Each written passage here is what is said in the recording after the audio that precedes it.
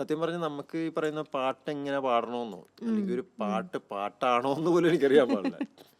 ഞാൻ പാടുന്നത് പാട്ട് ശരിയാണോ തെറ്റാണോ അല്ലെങ്കിൽ നമുക്കൊരു അതിനകത്ത് ഒരു ഗുരു ഉണ്ടായിരുന്നില്ല ഒരു പ്രോപ്പറായിട്ട്. ഒരു പ്രോപ്പറായിട്ടുള്ള ഒരു വഴി എന്താണെന്ന് അറിയാമല്ലോ. പാട്ട് നമ്മൾ പാടുന്നു കേൾക്കുന്നു പാടുന്നു കിട്ടുന്ന ഞാൻ പിന്നീട് ഞാൻ വീട്ടിൽ സ്വന്തമായിട്ട് ടേപ്പ് റെക്കോർഡൊക്കെ വാങ്ങിച്ചു വെച്ച് ആ പാട്ട് കേൾക്കുന്നു പഠിക്കുന്നു പാടുന്നു അതിനകത്തുള്ള കറക്ഷൻസ് എന്താണെന്ന് അതെ എനിക്കറിയില്ല. അതെ അതെ അതെ അതെ. അപ്പൊ നമ്മൾ പാടുമ്പോൾ അതിനകത്ത് എന്തൊക്കെ കോംപ്ലിക്കേഷൻസ് ഉണ്ടെന്നൊന്നും പറഞ്ഞുതരാൻ ആരുമില്ല.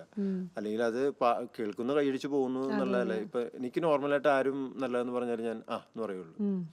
പിന്നെ ആരെങ്കിലും ക്രിട്ടിസൈസ് ചെയ്യാൻ വന്നാൽ നമ്മളത് നമുക്ക് നമ്മള് അല്ല കൂടുതലൊക്കെ നന്നാക്കണം, അല്ലെങ്കിൽ നന്നാക്കണമെന്നോ എവിടെ അല്ലെങ്കിൽ തെറ്റിയതെന്ന് നമുക്ക് അറിയുന്നില്ല. അതെ അതെ ചിലപ്പോ കല്ല് പാടിക്കുന്ന പാട്ടാണെങ്കിൽ ആൾക്കാരൊക്കെ പറയും ഉഗ്രനായിരുന്നു കേട്ടോ, സൂപ്പറായിരുന്നു അത് പറയും. കേൾക്കുമ്പോൾ നമുക്ക് വിഷമാണ്. കാരണം എനിക്ക് കേക്കണത്ര ദേഷ്യം വേറെ ഇല്ല.